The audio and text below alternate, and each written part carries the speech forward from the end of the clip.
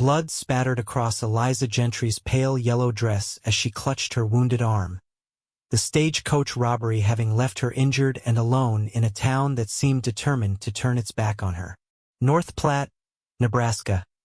1878, a place she'd hoped might offer refuge on her journey west, now revealed its cruel underbelly as the town doctor slammed his door in her face.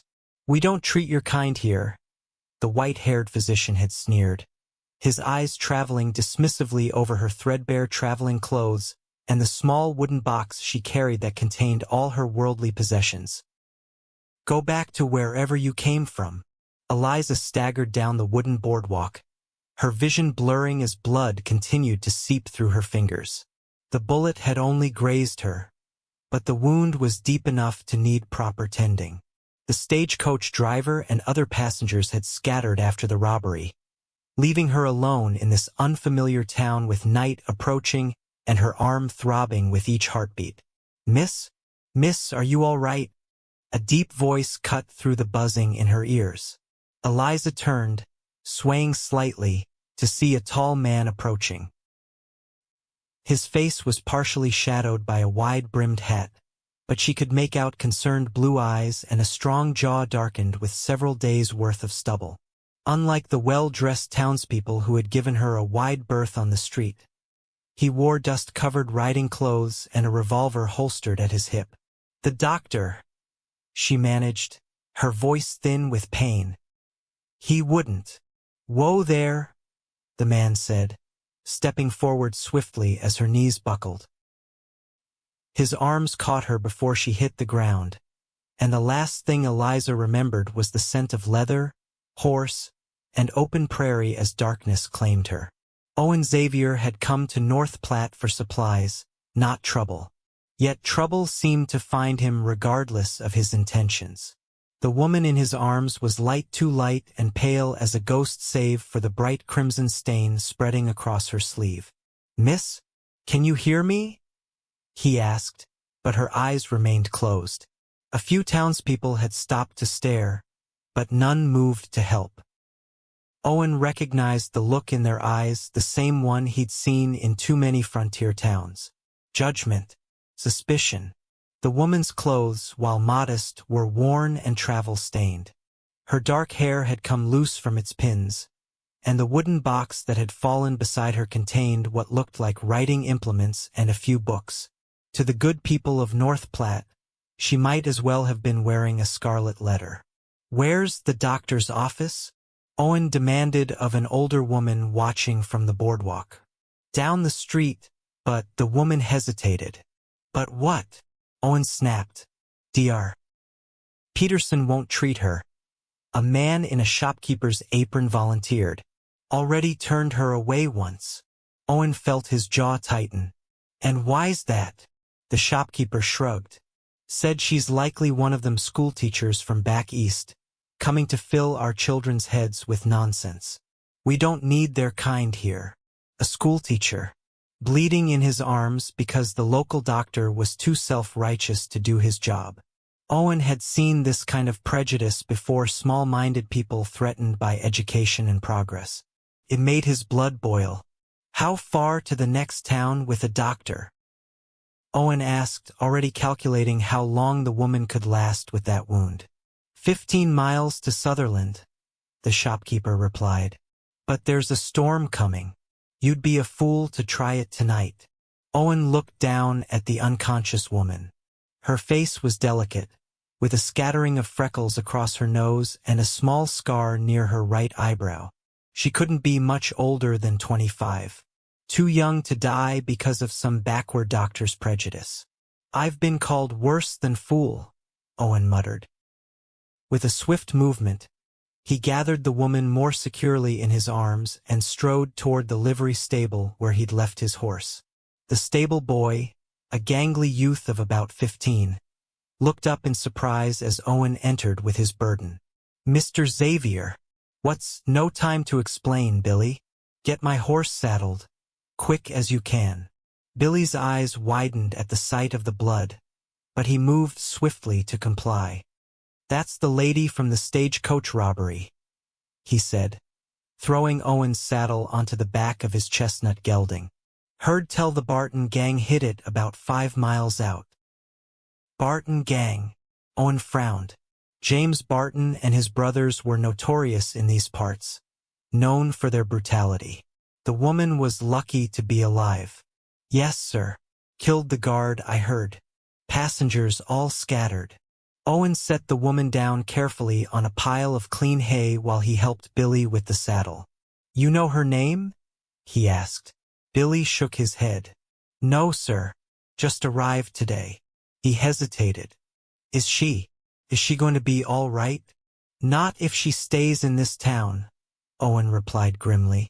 I'm taking her to Sutherland. In the storm. Billy looked toward the stable door, where the late afternoon light was already dimming as dark clouds gathered on the horizon. No choice. Owen tightened the cinch on his saddle and checked his saddlebags, mentally cataloging his supplies. He had some bandages, a flask of whiskey, jerky, and hardtack. It would have to do. The woman stirred slightly as he lifted her again, a soft moan escaping her lips. Her eyelids fluttered open, revealing eyes the color of warm honey. What? Where? She murmured, confusion clouding her gaze. I'm Owen Xavier, he told her, his voice gentler than it had been with the townspeople. The doctor here won't treat you, so I'm taking you to Sutherland. Can you tell me your name? She swallowed, wincing as he helped her to her feet. Eliza, she whispered. Eliza Gentry. Miss Gentry, I need to get you on my horse. Think you can stand for a moment? She nodded weakly, and he steadied her against the stable wall while he retrieved her wooden box and secured it to his saddle. My father's books, she explained, seeing his curious glance at the box. All I have left of him. Owen didn't press for details. Everyone in the West had stories, most of them laced with loss. Instead, he helped her mount his horse, then swung up behind her. She was alarmingly warm against him, and he feared fever had already set in. Hold on, Miss Gentry, he said, wrapping one arm around her waist to secure her as he took the reins with his free hand. It's going to be a rough ride.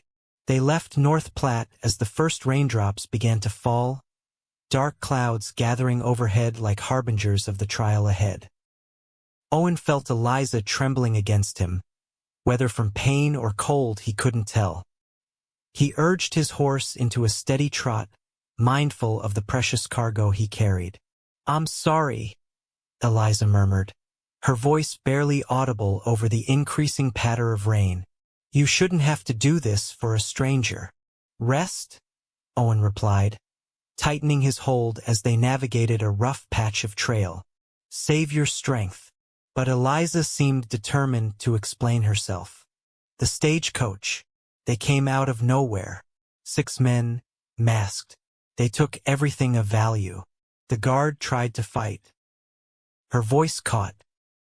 They shot him right in front of me. Then one of them grabbed my arm when I wouldn't give up my father's watch. His gun went off during the struggle. Owen felt a surge of admiration for her courage. Most women would have surrendered their valuables immediately when faced with the Barton gang. Where were you headed? He asked, partly to keep her conscious and partly out of genuine curiosity. Silver Creek, she replied. I have a position as the new schoolteacher. Owen knew of Silver Creek, a growing settlement about 50 miles west of Sutherland. Unlike North Platte, it had a reputation for being progressive, even boasting a small library. Teaching suits you? He asked as they rode on, the rain now falling steadily. A small laugh escaped her, followed by a wince of pain. I haven't started yet, but yes, I love teaching. My father was a professor at a women's college in Boston. He believed education was the foundation of a civilized society. And what brought you west, Miss Gentry? There was a pause before she answered, and when she did, her voice held a note of both sadness and determination. After Father died, the college couldn't keep me on. Too many qualified male candidates for the position. But out here they need teachers desperately. Women teachers especially, since they don't have to pay us as much. Owen noted the bitter edge to her words but didn't comment. She wasn't wrong. And you, Mr. Xavier? Eliza asked. What's your business in these parts? Owen hesitated. His business wasn't something he discussed casually. I move around, he said finally. Do odd jobs.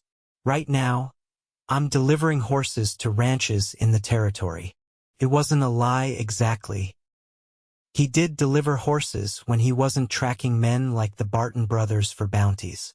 The trail narrowed as they entered a stretch of woods, the trees providing some shelter from the rain but making the path darker and more treacherous. Owen slowed their pace, acutely aware of Eliza's increasingly labored breathing. How much further? She asked, her voice weaker than before. About 10 miles, Owen replied, concern mounting as he felt the heat radiating from her body. We need to stop and tend that wound properly. No, Eliza protested. We should keep going while there's still light. Miss Gentry, you're burning with fever.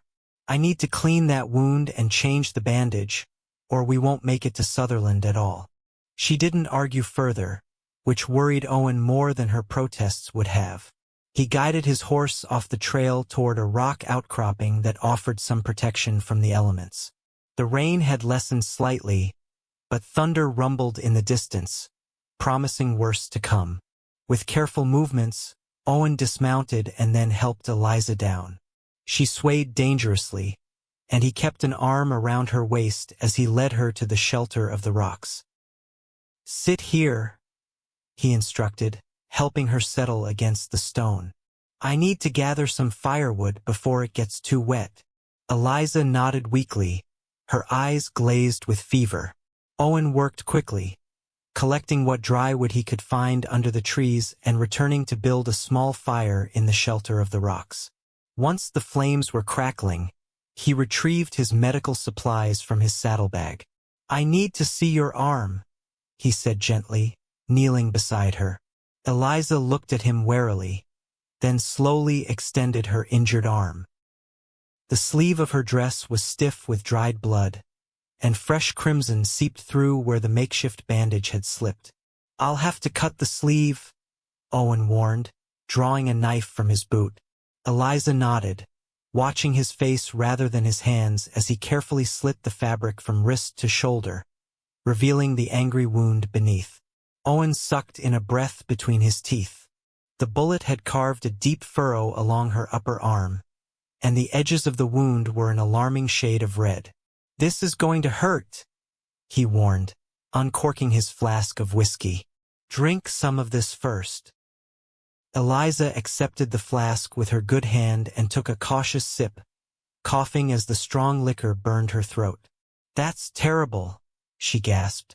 A smile tugged at the corner of Owen's mouth despite the gravity of the situation. It's not meant for enjoying, Miss Gentry. She managed another swallow before handing it back. I suppose you'll be using the rest to clean the wound? That's right. Owen met her gaze steadily. Ready. Eliza took a deep breath and nodded, turning her face away. Owen grasped her arm firmly with one hand and poured whiskey over the wound with the other. A strangled cry escaped her lips, and her body went rigid with pain. I'm sorry, Owen murmured, working quickly to clean the wound thoroughly. He was no doctor, but he'd tended enough injuries in his time to know that infection was the real killer. Once the wound was clean, he applied a salve made of yarrow and bee balm that he carried for just such emergencies, then wrapped her arm with a clean bandage torn from one of his spare shirts. Eliza had remained silent throughout his ministrations, but tears streaked her pale cheeks. When he finished, she looked up at him with eyes bright with fever and something else, a determined spirit that impressed him. Thank you, she said simply. Owen nodded, repacking his supplies. You should eat something if you can. I have jerky and hardtack.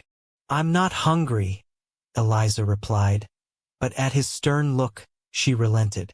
Perhaps a little water. Owen passed her his canteen, then added more wood to their small fire.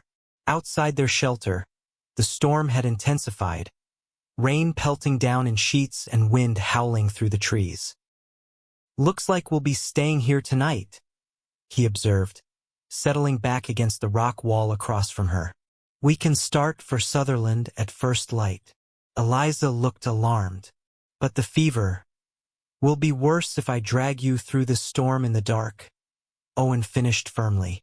"The salve will help, and rest is the best medicine right now." She looked like she wanted to argue but was too exhausted to find the words. Instead, she pulled her torn sleeve around her as best she could, shivering despite the fire's warmth. Without comment, Owen removed his duster and moved to drape it around her shoulders. Eliza stiffened at his approach but relaxed as she felt the weight of the coat envelop her. "You'll get cold," she protested weakly. Owen shook his head. "I'm used to it," he said, returning to his place by the fire. It was true, years of sleeping under the stars had conditioned him to all sorts of weather. They sat in silence for a time, the crackle of the fire and the storm's fury the only sounds. Owen watched as Eliza's eyelids grew heavy, her head nodding as she fought sleep. "You can rest," he told her. "I'll keep watch." "Why are you doing this?" Eliza asked suddenly, her voice soft but clear. "Why help me when everyone else turned away?" Owen poked at the fire with a stick, considering his answer. "Not everyone deserves to be abandoned," he said finally, keeping his eyes on the flames. "Sometimes people need a hand when they're down." "Is that what happened to you?" Eliza asked, perceptive even through her fever. "Someone helped you when you were down?" A memory flashed through Owen's mind, a ranch house in Wyoming. A gruff old man offering him work instead of turning him in to the sheriff. "Something like that," he acknowledged. "Get some sleep, Miss Gentry. Tomorrow will be a long day." Eliza didn't press further. Within minutes, her breathing had deepened as she surrendered to exhaustion. Owen watched her for a long moment, struck by the delicate strength in her features even in repose. She wasn't conventionally beautiful. Her nose was slightly too long, her mouth too wide, but there was a character to her face that drew the eye.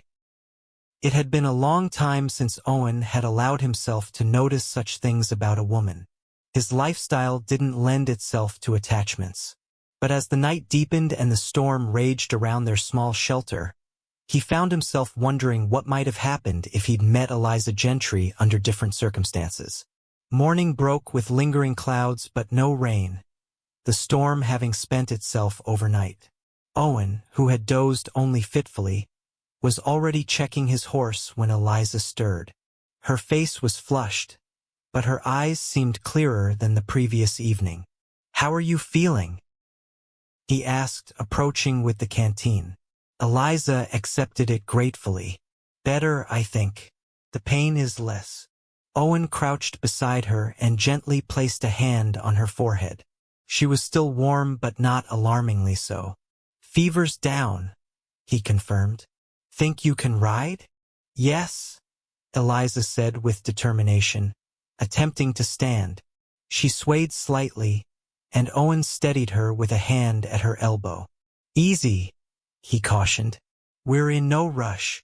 "I've imposed on you enough," Eliza insisted.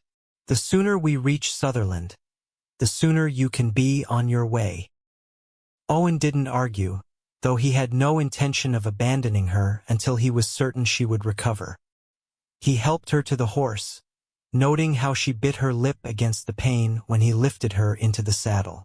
The trail was muddy from the night's rain, forcing them to travel slowly. Eliza sat in front of Owen as before, but she was more alert today, her back straight despite the discomfort she must have felt. "Tell me about Silver Creek," Owen said as they rode, partly to distract her from the pain and partly because he was genuinely curious about the place she had chosen as her new home. "I've never been there," Eliza admitted. I know only what was in the advertisement and what the town council wrote in their letters. They have 62 school-age children and have been without a proper teacher for nearly a year. The last one left to get married. Common fate for school teachers out here, Owen observed. Eliza made a small sound that might have been amusement. Yes, well, they needn't worry about that with me. I have no interest in marriage. Owen raised an eyebrow, though she couldn't see his expression. Strong words for a young woman. I'm 26, Mr. Xavier, hardly a blushing girl, Eliza replied with a hint of sharpness. And I've seen enough of marriage to know it's not for me. My mother was an educated woman who gave up her own scholarly pursuits when she married my father. She loved him, but she disappeared into his shadow. When she died, it was as if she'd never existed at all outside of being his wife and my mother. Owen was silent for a moment, absorbing her words. Not all marriages are like that, he said finally. Perhaps not, Eliza conceded. But I prefer to make my own way. Teaching allows me independence and purpose. Fair enough, Owen said, respecting her conviction even if he didn't entirely agree with her assessment. He'd seen marriages of true partnership, where both individuals were strengthened by their union rather than diminished. His own parents had been such a pair, before the fever took them both in the same terrible week. They rode in companionable silence for a time, the landscape gradually changing from wooded areas to open prairie. By midday, the sun had burned through the clouds, and the temperature rose accordingly. We should stop, Owen suggested, noting how Eliza had begun to lean back against him, her energy flagging. Rest and water the horse. Eliza didn't protest, which told him how tired she must be. He guided his mount to a small creek that ran alongside the trail and helped her dismount. Let me check your wound, he said once she was seated in the shade of a cottonwood. The bandage had spots of fresh blood, but not as much as he'd feared. When he unwrapped it, he was relieved to see that the angry redness had receded somewhat. He cleaned it again with water from the creek, applied more salve, and rebandaged it with his last clean strip of cloth. It's healing, he told her. But you'll need to see a real doctor in Sutherland all the same. Eliza nodded, watching his face as he worked. You've done this before, she observed. Tending wounds. Owen hesitated before answering. I was a medic. During the war. Understanding dawned in her eyes. Which side? Union, he replied shortly. It had been 13 years since the war's end, but some wounds never fully healed, especially in the territories, where former soldiers from both sides often found themselves neighbors. My father was too old to fight, Eliza said quietly, but he supported the Union cause. Lost friends over it. Owen nodded, finishing with the bandage. The war was not something he cared to discuss, even all these years later. The things he'd seen, the men he couldn't save, those memories were best kept buried. We should eat, he said, changing the subject. Still about 5 miles to go. They shared the last of his jerky and hardtack, washing it down with cool creek water. Owen noticed Eliza studying him when she thought he wasn't looking, her expression thoughtful. What is it, Miss Gentry? He asked finally. Eliza looked slightly embarrassed at being caught. I was just wondering what your story is, Mr. Xavier. You're not a typical cowboy or horse trader. Owen's mouth quirked in a half smile. What makes you say that? Your speech, for one thing. You're educated, and you carry medicinal herbs that most men wouldn't recognize. You're comfortable with a gun, but you don't wear it like it's part of your identity. She paused. And you helped a stranger when there was nothing in it for you. Maybe I'm just a good Samaritan, Owen suggested, though her assessment was unervingly accurate. Maybe, Eliza agreed, but her tone made it clear she didn't entirely believe him. Or maybe you're running from something, just like most people out here. Owen met her gaze steadily. We all have our ghosts, Miss Gentry. Some just make more noise than others. Something passed between them in that moment, a recognition, perhaps, of kindred spirits despite their different backgrounds and paths. Owen looked away first, uncomfortable with the connection he felt to this woman he barely knew. "We should get moving," he said, rising to his feet and offering her his hand. "I'd like to reach Sutherland before dark." The remaining miles passed more quickly than either of them might have expected. Eliza asked about the plants and wildlife they encountered, revealing a genuine curiosity about her new home in the West. Owen found himself sharing knowledge he'd accumulated over years of traveling the territories, surprised by how easy it was to talk to her. It was late afternoon when they crested a small rise and the town of Sutherland came into view in the valley below. It was larger than North Platte, with several streets of buildings and even a small church spire rising above the rooftops. "Civilization at last," Eliza murmured, relief evident in her voice. Owen felt a twinge of something like regret as they approached the town. Their journey together was ending, and soon Eliza Gentry would continue on to Silver Creek and her new life. He would return to his solitary existence, tracking criminals and collecting bounties. It was better that way, he told himself. He had no place in the life of a schoolteacher. They rode directly to the doctor's office, a neat white clapboard building on the main street. The sign in the window proclaimed, "Dr. Jonathan Miller, physician and surgeon." And Owen felt a surge of hope. He'd heard good things about Miller, that he was skilled and fair-minded. A bell jingled as they entered, and a middle-aged man with spectacles looked up from his desk. His eyes widened at the sight of Eliza, her torn and bloodied dress and the obvious exhaustion in her face. "Good heavens!" he exclaimed, rising quickly. "What happened here?" "Stagecoach robbery," Owen explained, supporting Eliza with an arm around her waist. "Bullet wound to the arm, about 36 hours old. She needs proper care." Dr. Miller gestured toward an examining table. "Bring her in here. I'll need to see the wound immediately." Owen helped Eliza onto the table, reluctant to release her even as the doctor approached. She looked up at him, her honey-colored eyes filled with gratitude and something more, a connection he couldn't deny. "Thank you, Mr. Xavier," she said softly. "I don't know how I can ever repay you." Before Owen could respond, the doctor cleared his throat.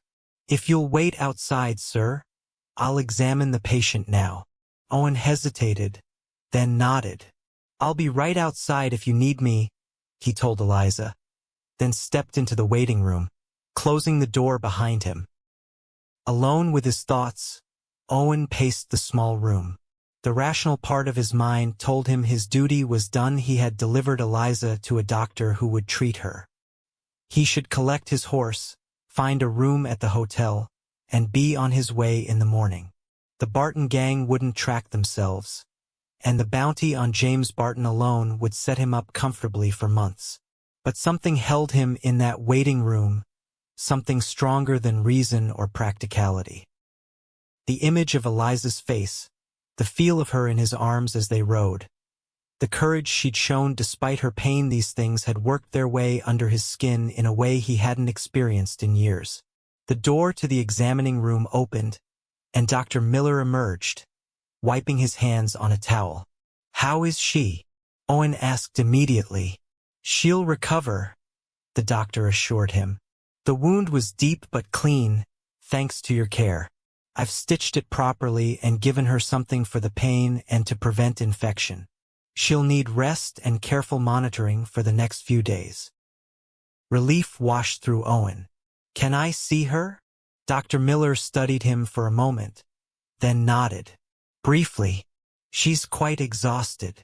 Eliza was lying on the examining table, her arm properly bandaged and her eyes closed. She looked small and vulnerable, yet somehow still possessed of that inner strength that had struck him from the beginning. At the sound of his footsteps, her eyes fluttered open. "Mr. Xavier?" she murmured. a small smile touching her lips. "Dr. Miller says you saved my arm. Perhaps even my life." Owen shook his head. "You're tougher than you look, Miss Gentry. I suspect you'd have found a way to survive regardless."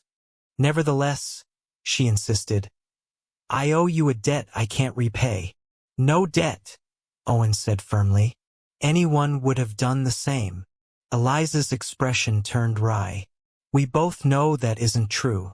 An entire town turned me away." Owen couldn't argue with that. Instead, he asked, "What will you do now?" "The doctor says you need rest before traveling further.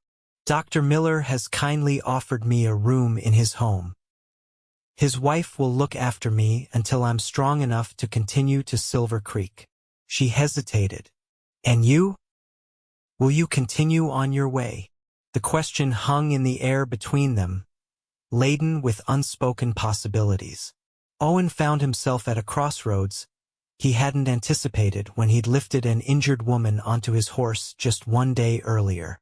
"I have business that can't wait," he said finally, the words feeling like stones in his mouth. "The men who robbed your stagecoach, the Barton gang, they've hurt a lot of people. They need to be brought to justice."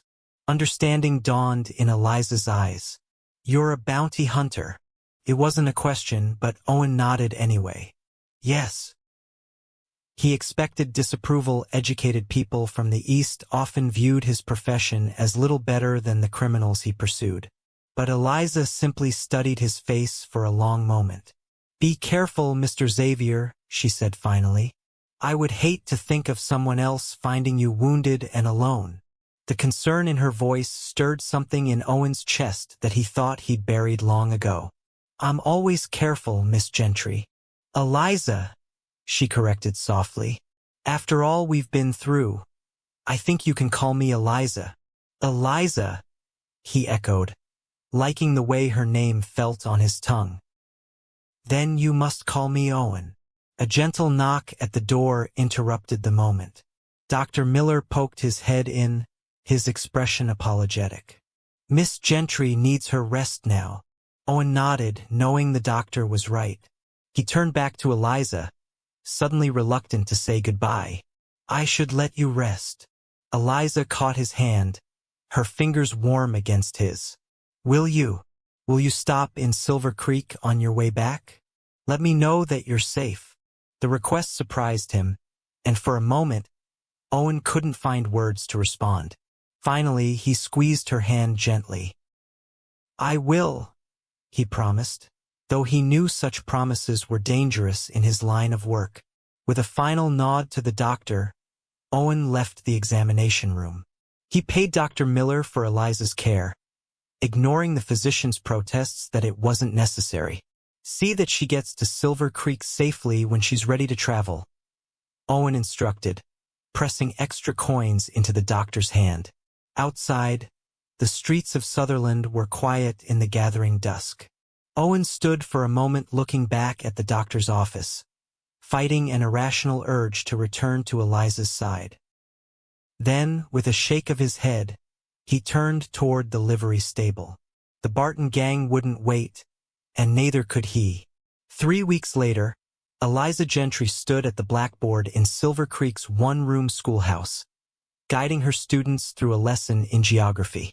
The wound on her arm had healed to a pinkish scar, and though it sometimes ached when rain threatened, it caused her little trouble in her daily tasks.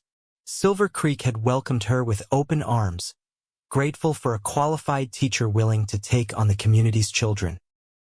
The town was everything North Platte had not been: progressive, friendly, and eager for the education she could provide.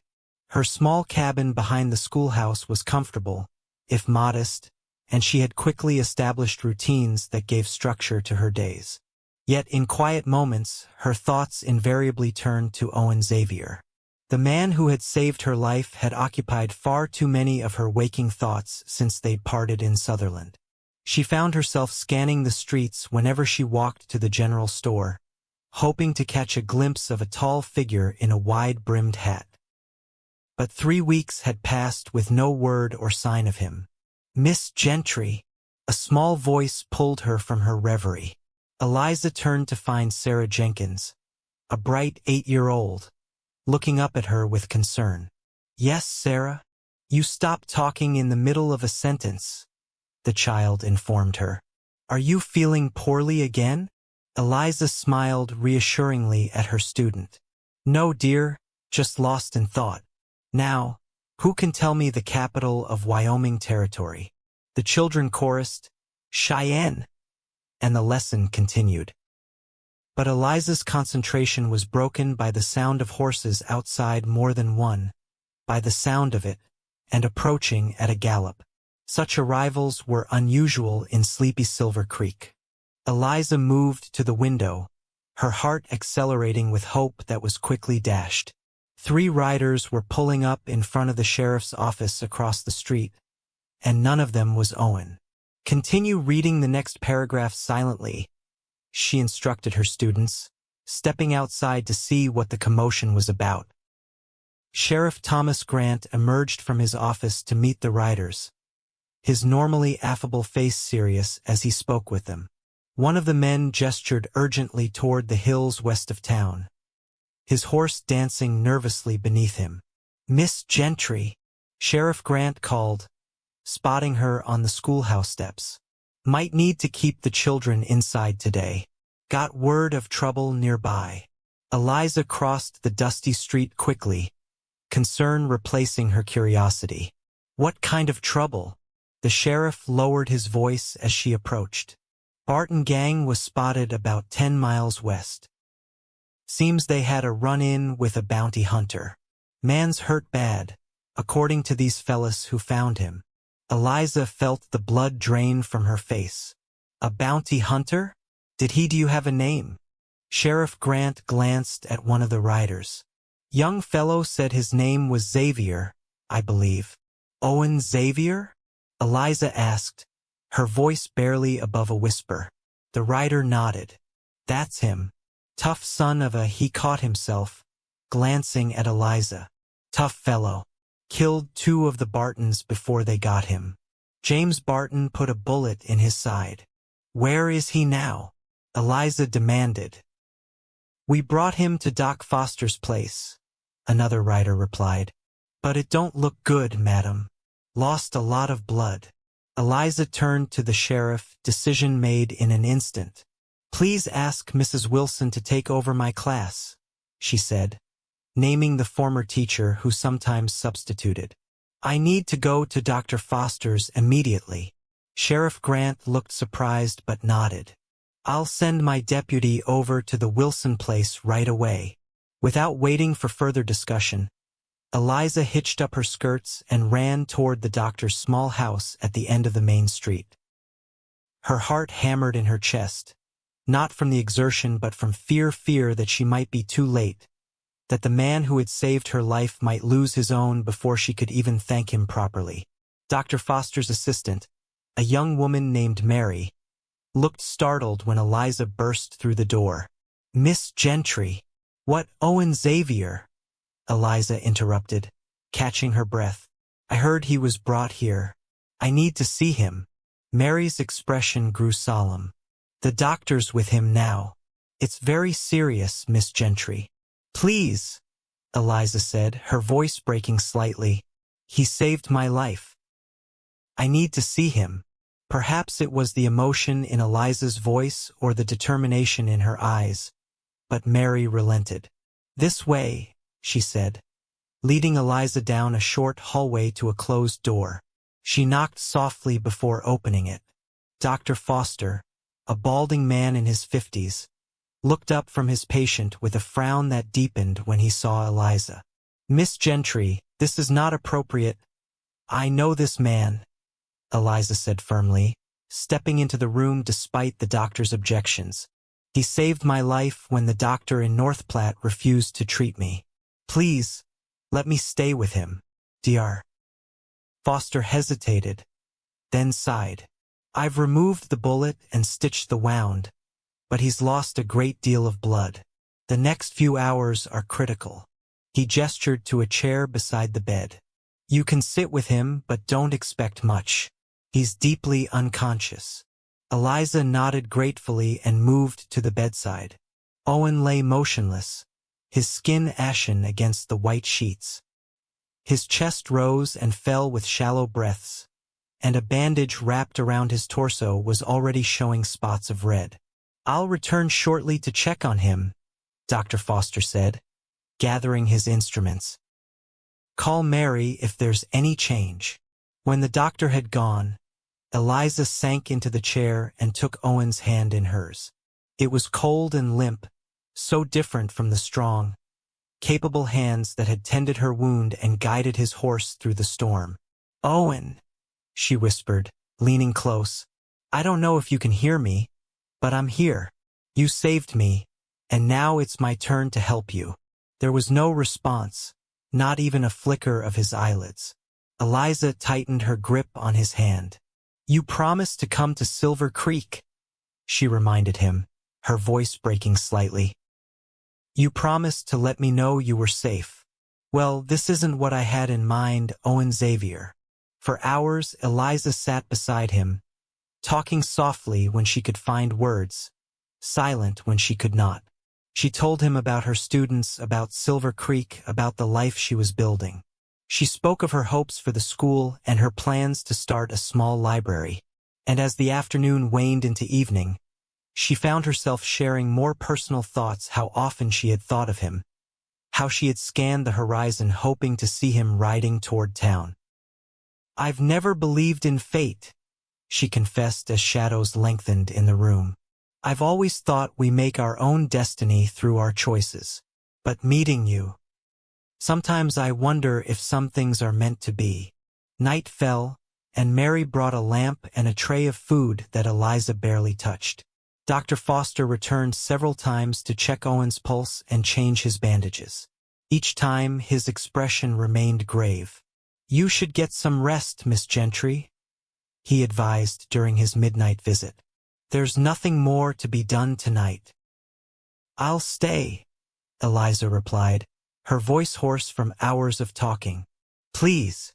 The doctor didn't argue, merely nodded and left her alone with Owen once more. Exhaustion tugged at Eliza, but she fought it, afraid that if she slept, Owen might slip away. Instead, she dampened a cloth and gently wiped his face and neck, disturbed by the heat radiating from his skin. "Fight, Owen," she whispered. "You're the strongest man I've ever known. Don't let go now."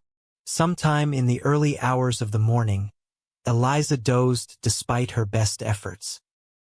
She woke with a start when she felt movement in the hand she still held. "Owen?" she called softly, leaning forward. His eyelids fluttered, then opened slowly. For a moment, his gaze was unfocused, but then it sharpened as it fell on her face. "Eliza!" His voice was a rasp, barely audible. Relief rushed through her so powerfully that tears sprang to her eyes. "Yes, it's me. You're in Silver Creek. You're safe." Owen's brow furrowed as if he were trying to piece together how he had arrived there. "The Bartons. 2 are dead by your hand," Eliza told him. "James got away, but he's wounded, according to the men who found you." Owen closed his eyes briefly, processing this information. When he opened them again, his gaze was clearer. "You're crying," he observed. Eliza touched her cheek, surprised to find it wet. "I was afraid you wouldn't wake up." A ghost of a smile touched his lips. "Takes more than a Barton to kill me." "So it seems," Eliza agreed, returning his smile through her tears. "Though you gave it your best effort, from the looks of things." Owen attempted to shift position and winced sharply. "How bad?" "Bad enough," Eliza replied honestly. "Bullet to the side. Dr. Foster removed it, but you've lost a lot of blood. You need to lie still." Owen seemed to realize for the first time that she was holding his hand. He glanced down at their joined fingers, then back at her face. "How long have you been here?" "Since they brought you in yesterday afternoon," Eliza admitted. "I heard that a bounty hunter had been wounded by the Barton gang. and somehow I knew it was you. You should be teaching, Owen said, but his fingers tightened around hers. My students can manage without me for a day or two, Eliza replied. You, on the other hand, clearly can't be trusted on your own. A weak chuckle escaped him, followed by a grimace of pain. Fair point. Dr. Foster, alerted by their voices, entered the room with a surprised expression. Well, Mr. Xavier, you're more resilient than I gave you credit for, he said, approaching the bed. Let's have a look at that wound. Eliza reluctantly released Owen's hand and stood to give the doctor room to work. I should let you rest, she said, suddenly self-conscious about the hours she had spent at his bedside, the things she had confessed while he was unconscious. Eliza, Owen called as she reached the door. When she turned, his blue eyes met hers with an intensity that made her breath catch. Thank you. She nodded, unable to find words, and slipped from the room. Over the next week, Owen's condition improved steadily under Dr. Foster's care and, though the doctor would never have admitted it, Eliza's faithful visits. She came each day after school, bringing books to read aloud or simply sitting beside his bed talking. They spoke of small things at first: the weather, the town gossip, her students' progress, but gradually their conversations deepened. Owen told her of his childhood on a small farm in Ohio, his service in the Union Army, and how he had drifted west after the war, unable to settle back into civilian life. He spoke of his years as a scout for the cavalry and later as a tracker, skills that had eventually led him to bounty hunting. It's not what I imagined for myself, he admitted one evening as twilight filled the room. But I'm good at it, and it serves a purpose. Men like the Bartons prey on the innocent. Someone has to stop them. And it has to be you? Eliza asked softly. Owen was silent for a long moment. Maybe not, he said finally. There was a time when I thought it did. When I needed the hunt, the danger of it. Lately, I've been wondering if there might be other paths. Their eyes met in the dim light, and Eliza felt a current of understanding pass between them. She had come west seeking a new beginning. Perhaps Owen was seeking his own form of redemption. By the second week, Owen was strong enough to sit up and even take short walks around Dr. Foster's house. Eliza found him on the small back porch one afternoon, watching the sunset with a thoughtful expression.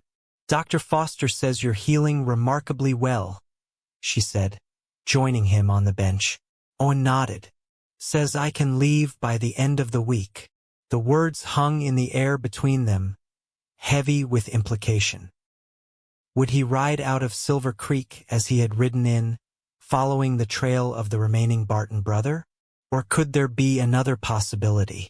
I've been thinking, Owen said slowly, his eyes still on the horizon. James Barton won't stop causing harm until he's caught. I made a promise to bring him to justice, and I intend to keep it. Eliza felt her heart sink, though she had known this moment would come. Owen Xavier wasn't a man who would abandon his duty, no matter how much she might wish him to stay. I understand, she said quietly. When will you go? As soon as Dr. Foster clears me, Owen replied. Then, turning to face her fully, he added, but I'll be back. Eliza's breath caught at the certainty in his voice. You will. If you'll have me, Owen said, a vulnerability in his expression that she had never seen before. I've spent 10 years chasing ghosts across the territories, Eliza, but these past weeks with you. For the first time in a very long time, I felt like I might have a place to return to. Eliza couldn't speak past the emotion tightening her throat. Instead, she reached for his hand, twining her fingers with his, as she had done so many times during his recovery. I thought I knew what I wanted, she said when she found her voice. Independence, a career of my own. But then you came into my life, and suddenly those things don't seem sufficient anymore. What are you saying? Owen asked, his voice low and intense. Eliza met his gaze steadily. I'm saying that when you return from bringing James Barton to justice, I'll be here waiting. And I'm saying that perhaps there's room in my life for both my independence and something more. Owen's face softened into a smile that transformed his rugged features. Slowly, giving her every chance to pull away, he raised his free hand to cup her cheek. Eliza Gentry, when I first found you on that boardwalk in North Platte, I never imagined you would change everything. Is that a bad thing? She whispered. No, Owen said, his thumb tracing the curve of her cheekbone. It's the best thing that's happened to me in years. Then, with a gentleness that belied his strength, he leaned forward and touched his lips to hers. The kiss was tender, questioning, a beginning rather than a culmination. Eliza's eyes fluttered closed as she leaned into him, her heart singing with emotions she had never expected to feel. When they parted, Owen rested his forehead against hers. I will come back to you, he promised. No matter what. Eliza believed him. True to his word, Owen Xavier rode out of Silver Creek 3 days later, his side still tender but his determination undiminished. Eliza stood on the steps of the schoolhouse, surrounded by her curious students, and watched him go.